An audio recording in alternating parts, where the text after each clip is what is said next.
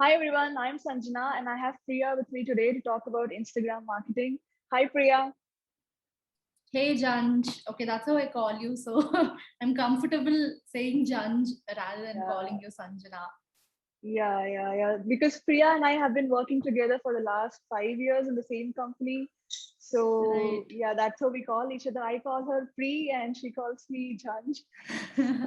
So yeah. And Yeah, Priya, thank you so much for coming. I'm so glad to do this talk with you today. of Um, course. All right. So, why did I invite Priya to talk about Instagram, right? Because Priya is a fashion blogger and an Instagram influencer herself. She's popularly known as High On Style, and she grew her Instagram page from 0 to 45K followers with her sheer dedication and passion for Instagram content creation. And she predominantly writes about fashion, food, and travel, and Priya is one of my favorite fashion bloggers on Instagram, and I've literally seen how much work and effort she has put into growing her audience. So I couldn't think of any other better person to talk about Instagram other than Priya. So Priya, welcome That again. is so And sweet, Janj. Thank you. all right. So let's get started, right? And my first question for you is, how did you begin your blogging journey? And when did you realize that fashion is your thing? Okay, so for me, I started Instagram influencer as in I call it blogging because that's how I started. And Yeah. then I used Instagram as a platform to promote my blog, my website. But Okay. then initially when I started off with fashion because I was studying in NIFT back then, Yeah.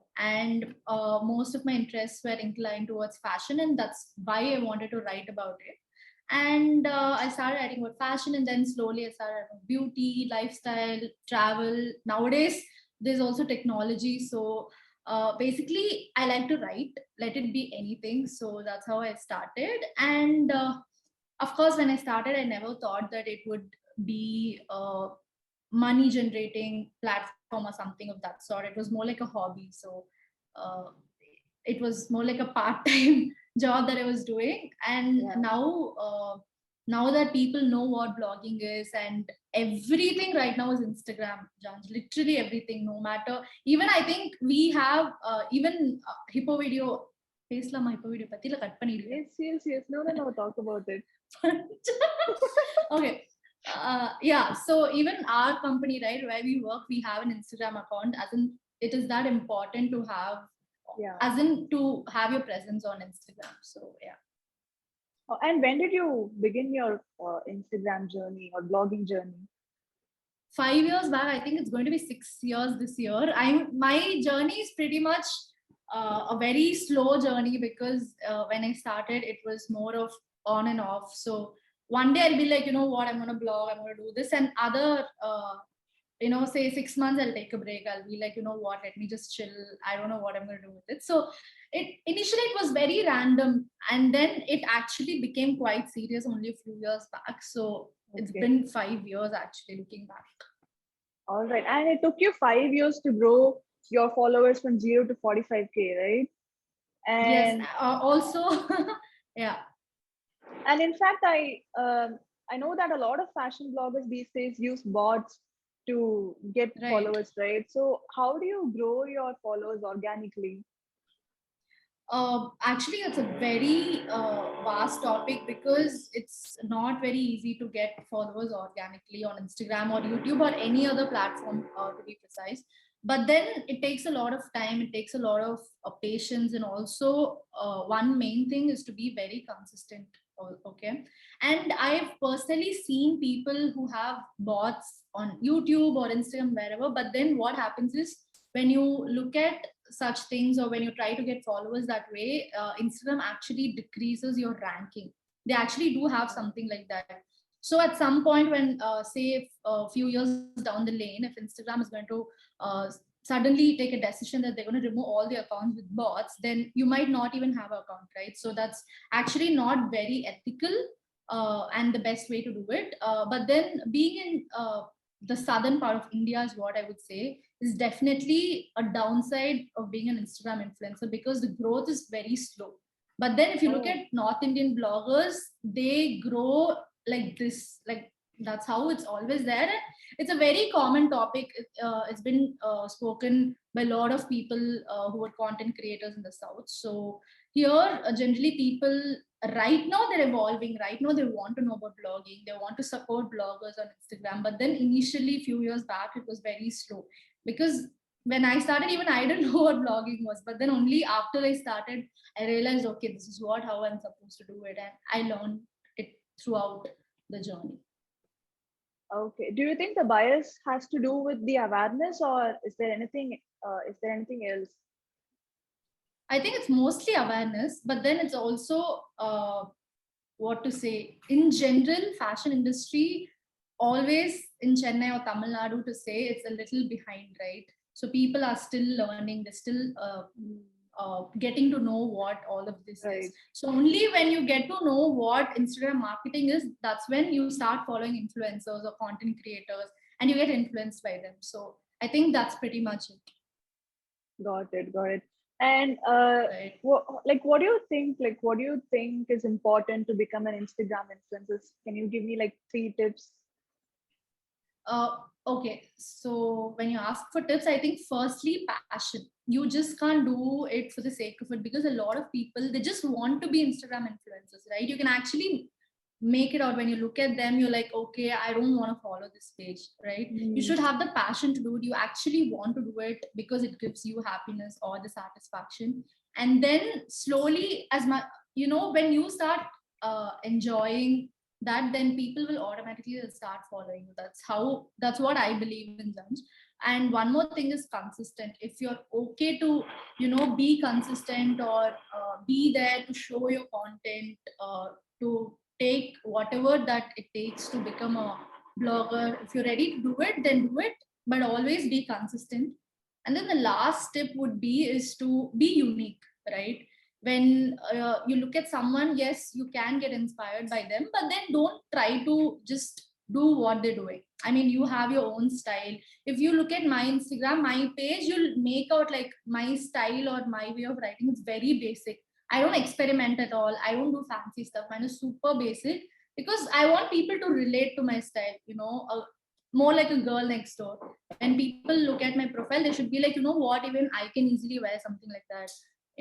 So that's what I plan my feed. That's how I style all my clothes, and that's my identity is what I feel. that's true.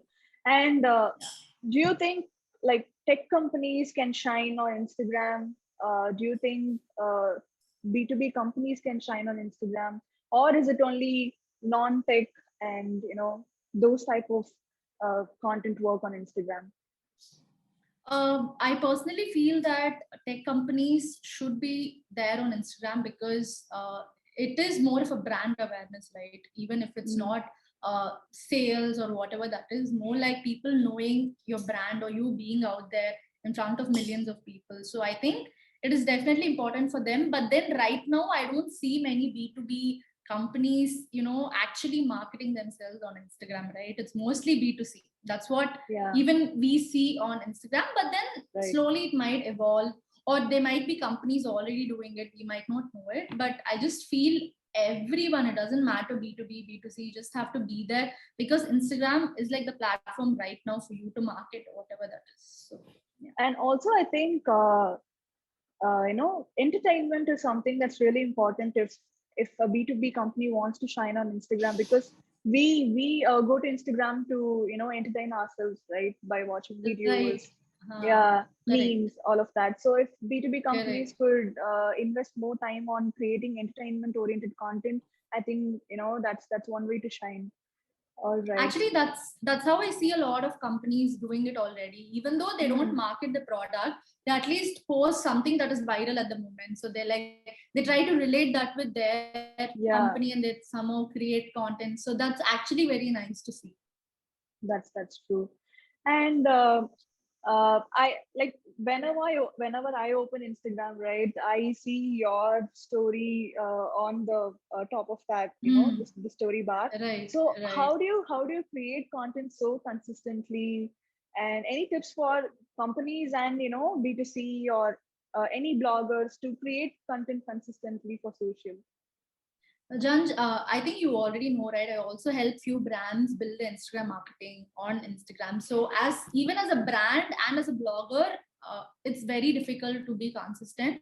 But the key to Instagram marketing is to be consistent. That's how you're supposed to do it. It's very difficult for me. Trust me. Say today I wake up and I'm like just looking at my stories. There's nothing, and I have to post something. Otherwise, my followers are going to think that my profile is just dead, right? They won't even Yeah. engage with my profile. Then there's no point of me creating content all this while. So I will have to be consistent. But then one thing that I realized was you don't have to be very particular about what you post, right? Just be very casual, just show your day-to-day life. Even if you're a brand who's on Instagram and you want to engage your followers, you don't have to particularly post about your products.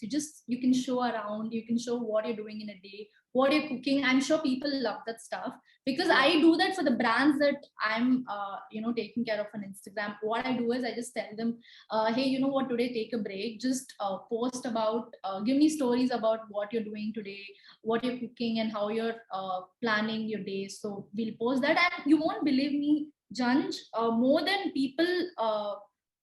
they're interested in looking at the products or the services, they're more interested in the personal life. They want to see what they're doing every day. This is, I'm saying, for a brand, not for my profile, right? So that's what, if you're a brand, you don't have to just think out of the box. You don't have to always talk about the product or service. Just be consistent. Uh, Try to be motivated. I know it's very difficult, but you just have to. Okay, okay. And is there a minimum limit to the number of posts a brand or an individual should post? Minimum limit. Minimum is one for sure, but then I've Okay. heard people say that if you want more engagement, you can actually try posting 2 or 3 posts a day. But then this requires a lot of effort. So I usually limit myself to just one. But then if you're a brand, if you have content already, then it's great to post minimum of 2 to 3 pictures every day, say one in the morning, then the afternoon and the night. And I've actually seen people tell that way engagement is better. So All right, all it right. could be true. Yeah. Yeah, yeah. Do you have any tips for budding bloggers or brands to collaborate with other brands? Like, how do you approach other brands? Do you have any tips about that? Right. So for a blogger or a brand, for both of them, it's equally important to collaborate, right? If you're a brand, you have to collaborate with a lot of content creators. If you're a content creator, then it's the vice versa. So then the basic thing is to just probably send them an email. I would Okay. prefer brands sending emails over direct messages on Instagram, because that way, emails, it's more professional, and also you have more chances that the brand or content creator will respond to you. In DMs, your messages just get lost, right? So Yeah. that way, I think when I started, I used to have a template that I used to send out to 100 brands a day, literally 100 brands. Because that's how they get to know you, right? Because you just can't start and you can't wait for brands to come and talk to you or something like that, right? So you have to approach them, of course, but then you have your own different ways to do it. You can either, if they have their email ID, do send out an email, don't leave them a message. But then if they don't respond to the email for over a week, you can always send them a message. If there's a phone number, then great, you can just give them a call. So yeah, but then having a template worked out well for me, Jan. So it's the same template I used to send to everyone. I used to just edit Nice. what information I want to send, and that's how it works. All right, all right. So, do you use any other tools to help you with your post? Publishing your post, all of that. Yeah, so basically, editing tools is what I use extensively, right? So for Hmm. me, I do everything from scratch. I don't have a team who does editing or anything of that sort. So I do everything. So I have like a few apps. This is to anyone who's on You shoot any yourself? platform. Yeah. Uh-huh. See, now I was shooting because it's very, I'm just shooting for stories, so it's very casual. But then if it's for a Okay. post, I definitely either require my husband's help or my sister or my friend, whoever is there. So, yeah. But then Okay. This is how I've been working for 5 years. I've always been dependent on them because I can't shoot myself. It's very difficult. So yeah, what were we talking about? Tools. Tools, right? So yeah, if you're a content creator or a brand on YouTube, Twitter, Instagram, anything, the best tools to invest in would be Canva for sure. Janj, I know even you've used Canva, right? It's like the basic. You have to have Must Canva, have. but then for for editing, it would be Lightroom, Lightroom. I don't know how to edit on laptop, so I only use my phone. My phone is what I need. I don't do anything on laptop. I know. And then, yeah, so that is that. And there's VSCO, one app for editing, which is really brilliant. But then it's a paid app. Actually, I was using the free version of it, but then when I thought it was very useful, I invested in it. So I think for any brand or content creator, it's actually important to invest in such tools if it's helping you to create content online. So that is that. And also there are actually a lot of tools like Preview, Anam, UNUM, I don't know if you know. These tools help you to plan your feed. So if you're a brand, sometimes you look at aesthetics, right? So you want to have your page in such a way, plan the feed accordingly. So there you can, before you upload on Instagram, you can upload it there and see how it looks. And then you can come back to Instagram and post it. Yeah.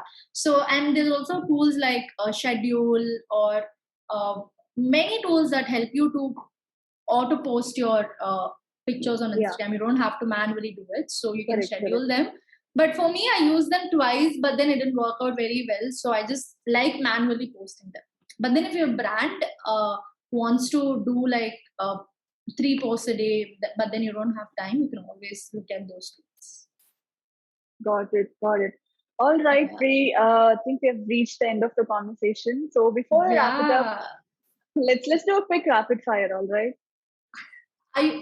Okay? Can I answer little slowly or? Yeah. You can, but make sure that you answer from the top of your mind. That's it. Okay. All right. Let's go. Who do you follow the most on Instagram? Mostly girl bloggers, also North Indian bloggers. Right now, I'm crushing on this blogger called, I don't know the name, Janj. You know, they have these very unique names. I don't know the name. You can't read it out. I think she's from Germany. Her name is Leo something. Maybe I'll tell later, but she's like one of the best bloggers. Yeah, I'll do that. Send it to me later and I'll just add it in the description. Done. All right. So next question. Who inspires you the most when it comes to fashion? I think my mom from the beginning, even though she's not from our generation, like when I was a kid, I used to see her, like she's so conscious about what she wears. She invests in her clothes. Even when she takes us for shopping, me and Harshni will be like, why are you investing so much? We want something only for this much. It's more than enough. But she'll be like, no, it has to look nice. It has to be like this. So till date, I think I just get inspired from her always. That's so sweet, Priya. Yeah. All right. And the next question is, I know that we both are living only to eat. So tell us, what's your favorite dish?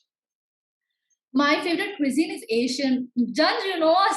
We always go to Hutong, soy, all Asian restaurants. So for me, hands down, Asian food, because Indian is like my soul food, but the thing that I always crave for is Asian food. So yeah. That's true.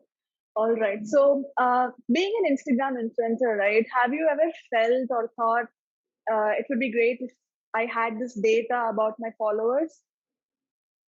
Like what they like or something like that? Like it's just an imaginary question.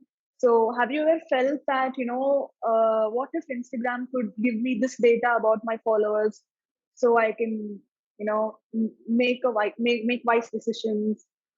Okay. So right now, I'm not sure if you know this, but Instagram has something called as a dashboard for business users, as in for bloggers and everything, where you can see insights about everything, right from what time your followers are most active, what posts they engage with the most, how many shares they do, how many times they save your image and everything. So that is more than enough for you to plan your content moving forward. So initially it was missing. So we were all blank. We're like, how do I know what time to post and all of that, right? So now Instagram has this thing called dashboard where they give insights about everything. So everything is right there.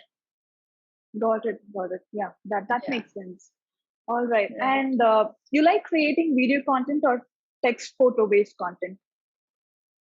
Actually, text is more comfortable, but videos get more engagement these days. So when you Mm. look at comfort and engagement, I would definitely prefer engagement, right? Because that's what works. So I'm trying to get more used to creating videos. Let's see, I just started. But yeah, working in a video company, Sanjana, we have to tell that videos are the thing right now. So, but that's true because nowadays brands, they don't ask us for photos. They're like, please give us a video, unboxing video, styling Oh, video. Yeah, so we have to, if you're a content creator, brands start creating more videos because that's what people are liking these days. and this is not a rapid fire question, but a follow up to my previous question. So, how much Mhm. time do you take to create a video content versus a text post content? Okay, photos, very simple. Same, wearing this dress, I'll go stand there, ask my husband or friend or anyone to just click a photo, and that's it. And I do basic editing. I don't even spend more than 10 minutes for editing, right? So the entire creation, editing, and posting will only take me 25 to 30 minutes. But then if it's a video, it's a long process because if video takes me half an hour, even if I try to finish my video as soon as possible, editing will take a lot of time. Like even when we quote brands, right, we quote them Right. based on how many minutes video they're asking us because the efforts is what we have to look at, right? How much time you're investing in creating, editing. Say one day, like I would take an entire day to create, edit, and post. And how long will the video be? For if it's taking one It's a day? 1 minute video maximum, 1 minute Oh, video. When I say okay. one full day, not 24 hours, but then say I Yeah, shoot yeah. in the morning, I take time in the afternoon to edit, so something like that. Okay. And what tool do you use to edit your videos? Editing InShot is really great. I know iMovie is an amazing option, but then InShot is more easier. If you're someone who just started creating videos, then InShot is a free app, and you can Oh, okay. create content for Instagram. It's portrait, landscape, anything, so it's super easy there. All right. All right. All right. So the last question. Let's say hypothetically you're getting your career started. So what would you tell Mm. to yourself? I would tell dress in a better way, as in experiment a lot, because I used to stick to a certain type of clothes that I was wearing initially, right? But I actually wish I experimented and be open to everything. Judge, you know me how I was, right? When I started. Like if someone asks me to do like say probably host any show or something, then I'll be like, you know what, no, I might not do it. But then I failed to realize that that could be a good platform for me to promote my brand, my blogging, Hmm. my blog or my Instagram platform. So there I missed on a few things. So if you're starting, then I would say to myself, experiment and be open to everything. Don't just restrict. Don't just do what you always do. Be open to everything is what I would. All right. All right, Priya. I've exhausted all the rapid fire questions, and this was Yeah, an absolute Janj. fun. This was Yes, an yes. absolute fun, Pri. Yeah, I'm so excited to and see the output. me too. And Yeah. thank you so much for spending your time with me today. Thank you, I Janj. absolutely, yeah, I loved your energy and enthusiasm throughout the conversation from the beginning. Um, and I'll give your Insta link in the description, and also give the tools link in the description so people can connect with you later. It Sure, was nice sure. talking to you, Priya. Talk to you again. Thanks, Janj. Thank you. And congratulations on your channel. So I really wish you soon achieve what is that silver YouTube button. Thank you, So thank you, and I'll also give your YouTube channel link in the description. yeah, sure, definitely do that. Yeah. All right, Thanks, Priya. Thank Janj. you. Thank Bye you. bye. Bye.